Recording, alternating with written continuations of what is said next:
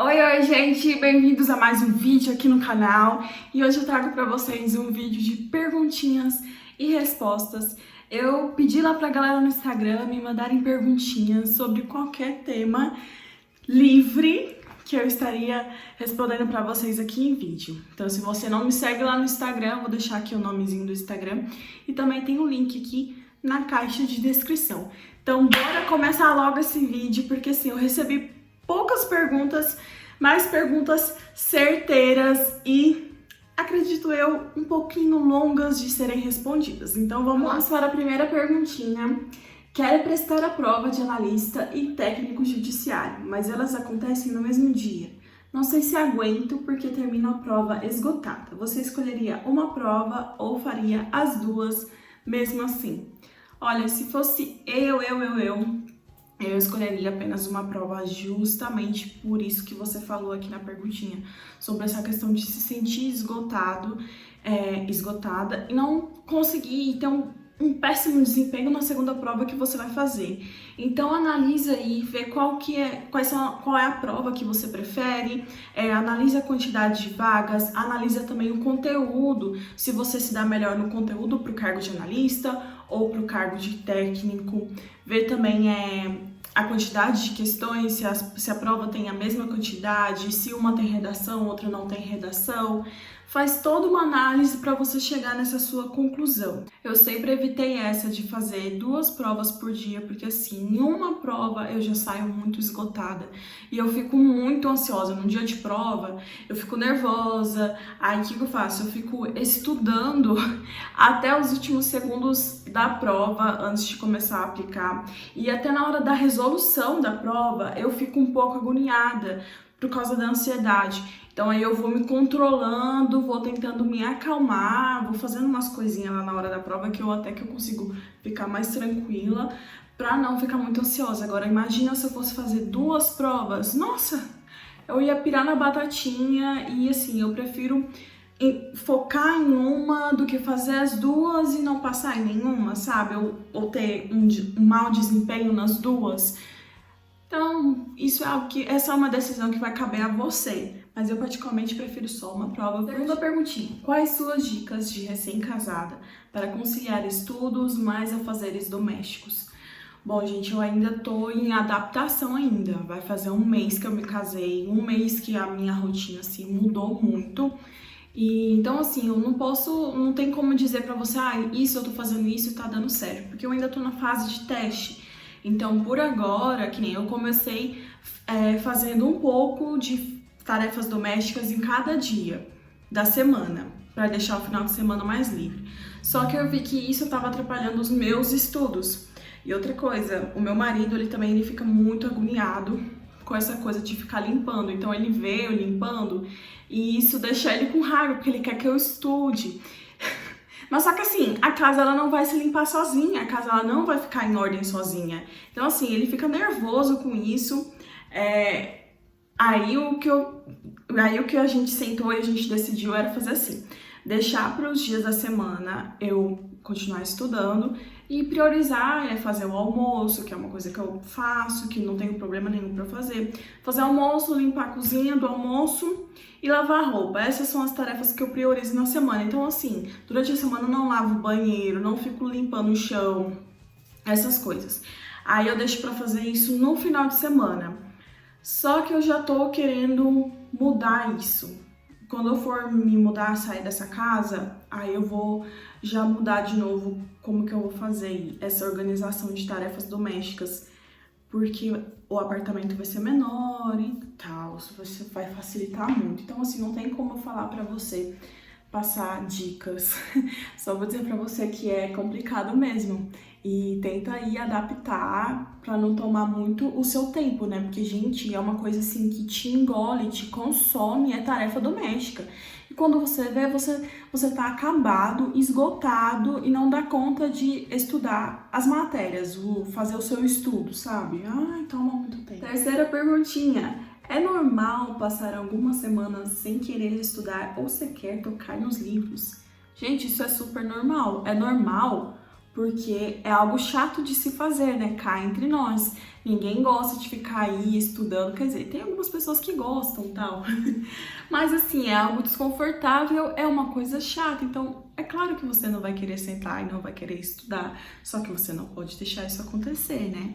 Aí entra a tal da disciplina, que eu sempre bato aqui a tecla com vocês e comento com vocês, que mais do que ter motivação, ter motivos e inspirações pra gente poder correr atrás dos nossos sonhos, é você ter disciplina. Nós somos adultos e a vida adulta está aí, então é algo que você tem que ir lá e cumprir. Tenho que estudar, hoje é dia de estudar ética, então tá bom, eu vou lá e estudo ética, eu tô afim de estudar ética. Não quero, na verdade eu não tô afim de estudar nada. Mas faz parte, não tem muito o que fazer. Então, sim, é normal você ficar com essa, digamos, preguiça, né? Mas não deixe que isso tome todos os seus dias. Quando você for ver, passou semanas, passou meses, passou um ano e você tá com aquela sensação de que você não fez nada pro seu futuro, sabe? Então, estude um pouquinho. Se você tá com tanta preguiça, eu sempre falo, se tá com preguiça de estudar, senta então e estuda uma matéria que você gosta. Ah, gosto muito de direito constitucional. Então estuda, faça umas 10 questões dessa matéria, mas não deixe o dia passar em branco, ok? Quarta pergunta. Está ansiosa para mudar de casa? Você vai levar os móveis ou vai comprar tudo novo? Então, gente, eu tô super ansiosa para mudar, não vejo a hora de ter o meu cantinho, sabe? De poder... assim, pra quem não sabe, eu moro na casa que eu sempre morei. Eu moro nessa casa aqui há 10 anos. E assim, meus pais, no início desse ano, eles se mudaram pro Paraná e agora eles estão voltando pro Paraná. Então, assim, eles levaram algumas coisas pro Paraná, só que eles deixaram muito aqui. Então, eles deixaram máquina de lavar roupa, micro-ondas, secadora, fogão e compraram tudo novo lá, pra deixar mais moderninho, do estilo da casa de lá. Mas como eles estão voltando aqui por causa do trabalho do meu pai, que deixou de ser home office para ser presencial, eles vão trazer essas coisas. Então vai acabar que eu vou levar algumas coisas pro casamento. A minha mãe falou, filha, leva isso daqui, não tem problema não. Então assim, o que eu vou precisar de comprar pra casa vai ser fogão, pro apartamento, né? Vai ser um fogão, que eu quero comprar um fogão novo, porque esse daqui é um fogão bem antigo. Eu preciso comprar sofá, TV... rack pra TV, mesa de jantar, então tem que comprar essas coisas, mas isso é algo que eu vou fazendo aos poucos. Então assim, eu e o Thiago a gente vai pro apartamento basicamente com a cama e com as nossas mesas, que ele tem a mesa dele, computador dele, eu tenho a minha mesa, também meu computador, e vai ser isso, gente, vai ser desse jeito. A gente vai levar isso e as nossas roupas e as coisas, assim, de utensílios de cozinha, eu tenho bastante, panela, prato, garfo, essas coisinhas eu tenho, que eu comprei com o meu gosto, né? Mas minha mãe deixou até essas coisas também, tem até pano de prato, tem toalha, roupa de cama, minha mãe deixou muita coisa aqui. Então eu vou mobiliando aos pouquinhos, sabe? Então assim, vocês não vão ver, sabe? Eu assisto muito esses vlogs, esses vídeos de tour no apartamento vazio, tour no apartamento cheio. Então assim, meu apartamento, na verdade, ele não vai estar cheio e eu vou enchendo ele aos poucos, porque, gente, dinheiro não dá em árvore, né? Curta meu vídeo, isso ajuda. Inclusive, a gente já viu o apartamento, a gente viu 2 apartamentos sexta-feira, só que a gente gostou muito de um apartamento que ele é aqui pertinho de casa, então assim, não vai modificar muito a minha vida, entendeu? Eu vou continuar morando perto de tudo e não vai ser uma mudança drástica, e vou continuar morando perto dos meus pais também, que isso pra mim, isso é muito bom. Mas eu tô bem ansiosa pra mudar e começar logo. E eu vou gravar pra vocês. Já me falaram lá no Instagram, Ana, grava as coisinhas de mudança, não sei o quê. E pode deixar que eu vou gravar, assim, pra ficar como lembrança. Outra perguntinha, acho que essa é a quinta, não é? Qual sua maior dificuldade quando você fez penal na segunda fase? Te adoro. Beijo, Jana. Eu também gosto muito de você, gosto muito do seu Instagram. Então, pra quem não sabe, já fiz a OAB, né? Tem até vídeos meus aqui falando, aprovada na OAB primeira fase, dicas. Então, gente, eu já passei na OAB.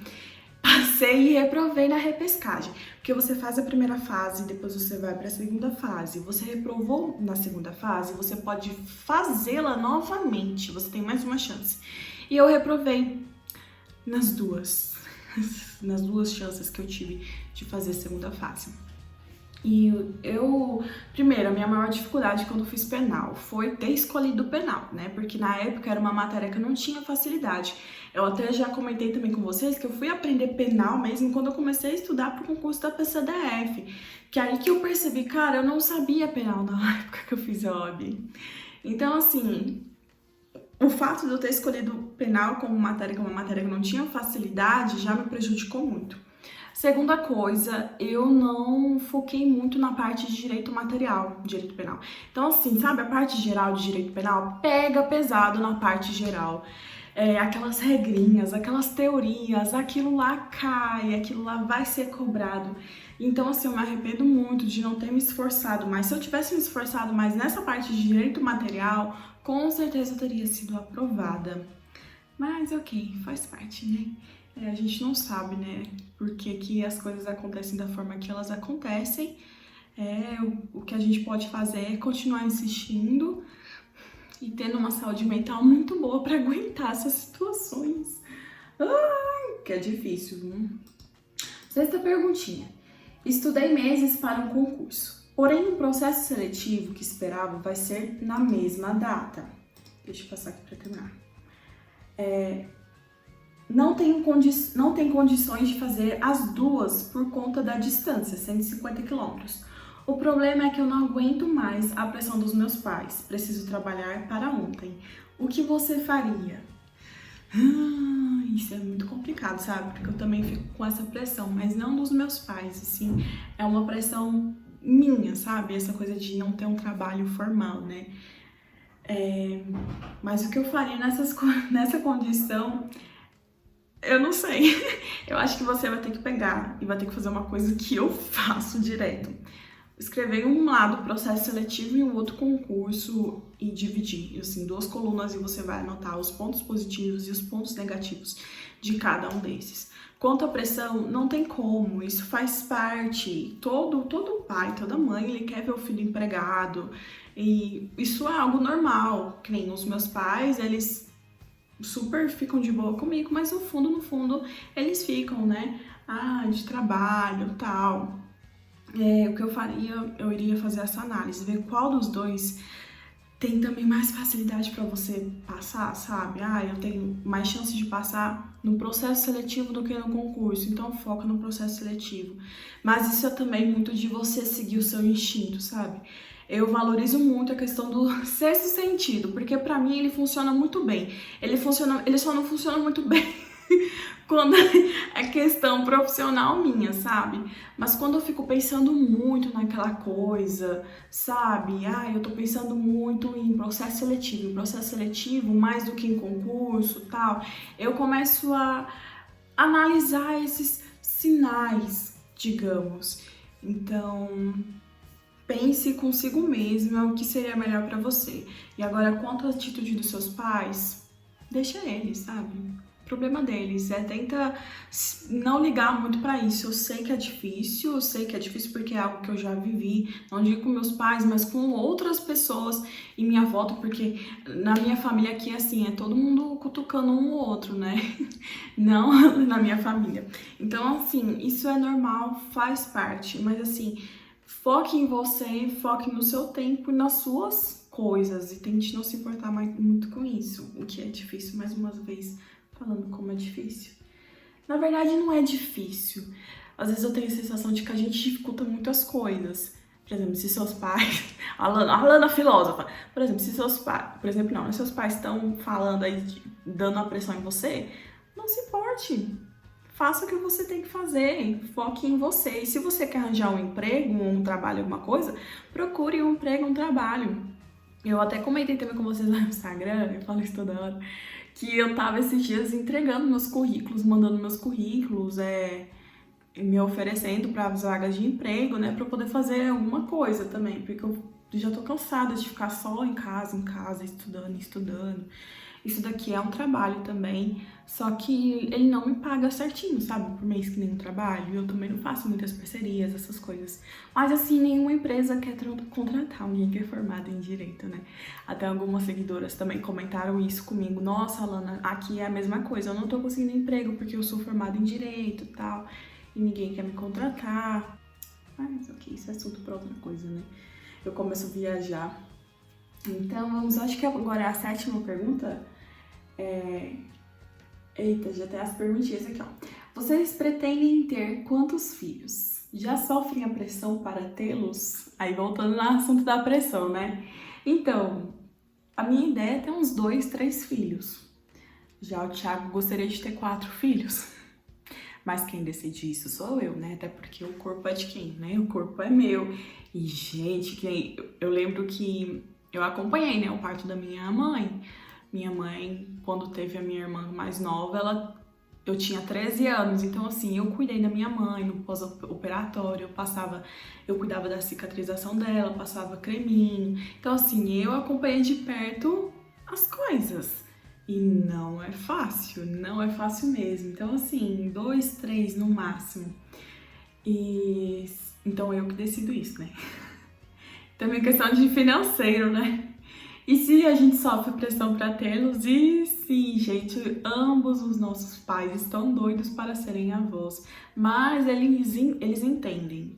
Os meus pais entendem mais que os pais do Gui. Misericórdia, gente. Toda vez que eu vi a coisa é uma vontade de ser avô, quero ver se eles vão comprar. Quero ganhar berço, quero ganhar tudo, não quero precisar gastar dinheiro com nada.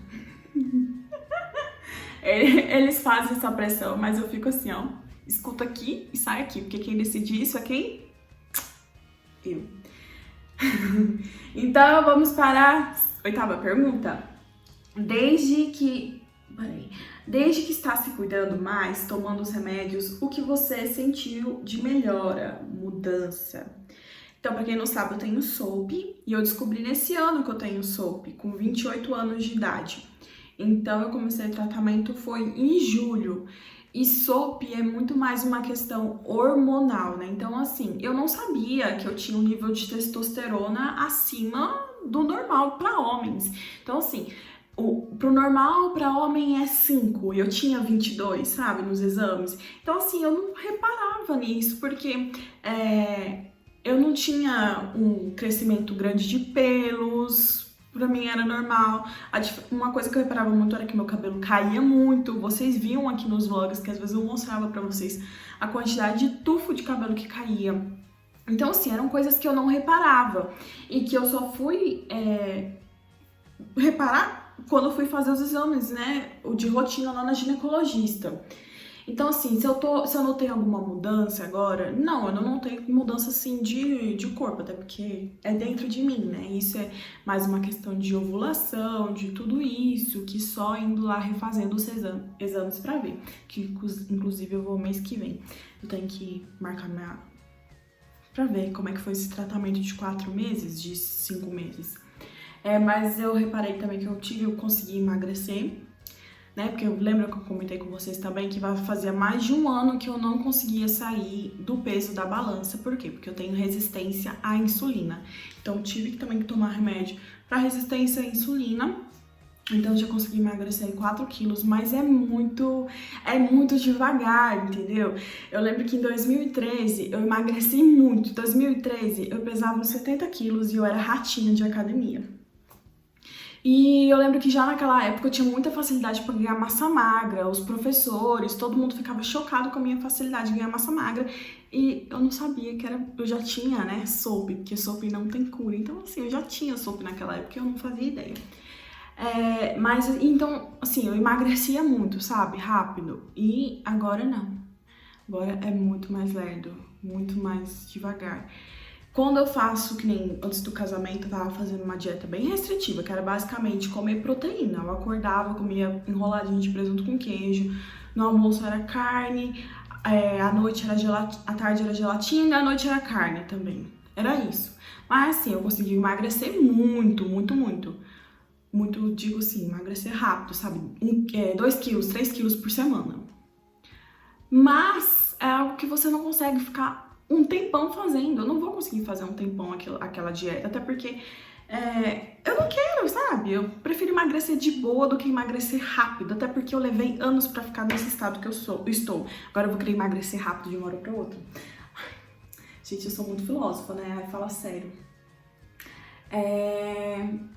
Próxima perguntinha, acho que essa é a nona. O que você mudou na sua alimentação e como está sendo essa mudança pra você? Você sente que falta algo? Então, né, falando ainda sobre isso, o que eu mudei na minha alimentação foi diminuir a quantidade de açúcar doces, porque como eu tenho resistência à insulina, é muito difícil o meu corpo ele digerir o açúcar.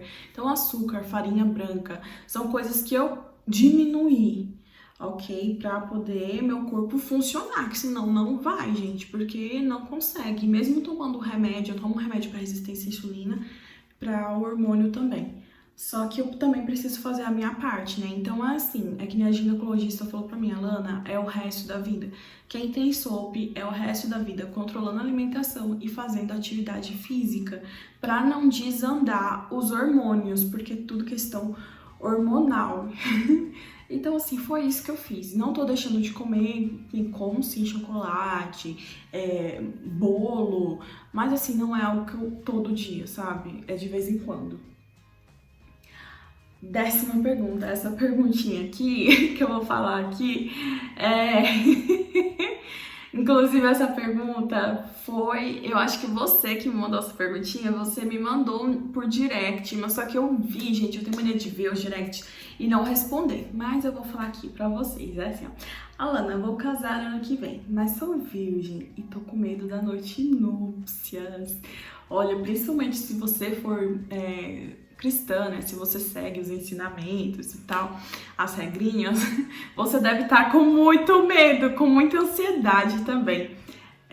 Mas eu vou falar aqui, vou contar pra vocês, assim, a minha experiência e o que eu posso te ajudar de alguma forma.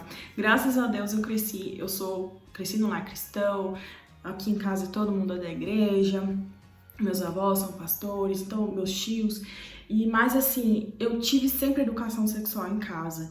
Então assim, desde criancinha eu sabia o que era sexo, eu sabia os órgãos sexuais, eu sabia o objetivo daquilo. Então assim, os jovens da igreja, adolescentes, vinham aqui em casa para conversar com meus pais, porque os pais dessas pessoas não sabiam conversar muito bem sobre isso. Então assim, graças a Deus, eu sempre tive liberdade para conversar com meus pais sobre qualquer assunto, sobre qualquer coisa, e isso é algo que eu acho muito legal. E isso é estranho para algumas pessoas, principalmente lá no Instagram, quando eu falo sobre isso, falo alguma coisa de sexo, alguma coisa de bebida, porque as pessoas acham que por eu ser cristã, eu não posso tocar sobre esses assuntos. E, gente, sexo é uma coisa que foi criada por Deus. E assim, poxa, Deus criou o sexo. Uhul, sabe? Obrigada a Deus por esse presente maravilhoso. Amém? Amém, irmãos? Amém? Toca amém aí. Então, assim, as pessoas, elas taburizam? Não sei, as pessoas, elas ficam assim, acham muito estranho um cristão ou pessoas religiosas falando sobre esses assuntos. E, na verdade, a gente tem que desmitificar essa barreira. Mas então eu vou te dar as dicas aqui, porque provavelmente, se você me fez essa pergunta, eu acredito que você não tenha intimidade ou coragem suficiente para perguntar para alguma pessoa, para sua mãe, para uma amiga, e não tem problema nenhum isso, certo? Podem fazer perguntinhas para mim que eu converso com vocês de boa. Perdão aí por ter visto a mensagem e não ter respondido. Mas assim, primeira coisa que eu vou falar para você é: conheça o seu corpo. Pesquise sobre o seu corpo. Pesquise quais são as áreas que a mulher costuma ter mais prazer. Pesquise como que funciona. Descubra você como uma pessoa mais sensual, sabe? Eu lembro que durante todo o meu namoro, assim, eram coisas assim que eu fugia, sabe? Assuntos que... não é assuntos, mas eu fugia das sensações de sentir atração sexual pelo Thiago. Eu não sei se vocês estão conseguindo entender mais ou menos isso. Então, assim, eu não me preocupava em querer saber como que eu fico mais sensual, se eu fico bonita com esse tipo de calcinha, sabe? Umas coisinhas assim. Eu tava nem aí pra esses assuntos. Por quê? Porque eu não queria que isso instigasse em mim pensamentos ou vontades que eu não gostaria de ter naquele momento. Então, assim, agora que você tá noiva, esse é o momento.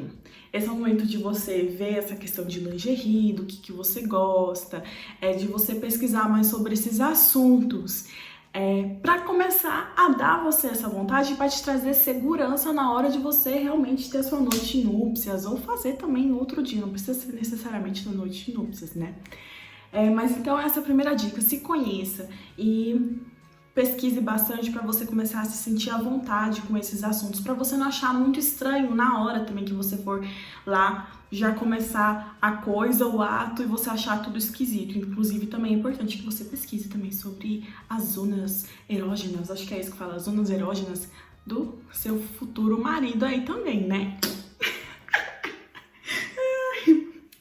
Segunda coisa, essa é mais complicadinha, mas eu sei que vai dar conta.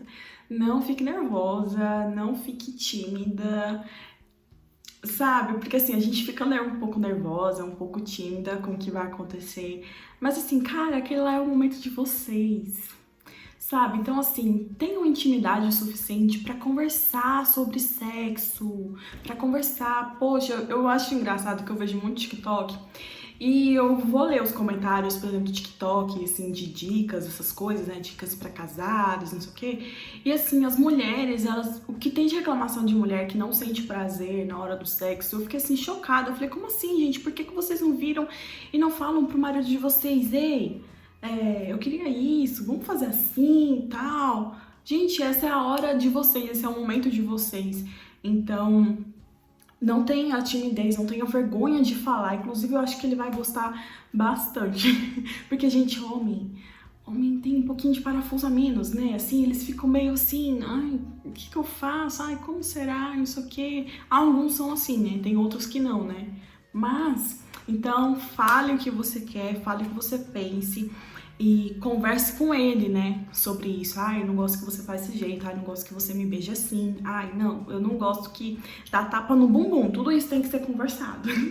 Então eu espero que essas duas dicas tenham sido úteis aí pra você. Quem tiver mais dicas, gente, por favor, se aventure aqui nos comentários e compartilhe aqui com a galera.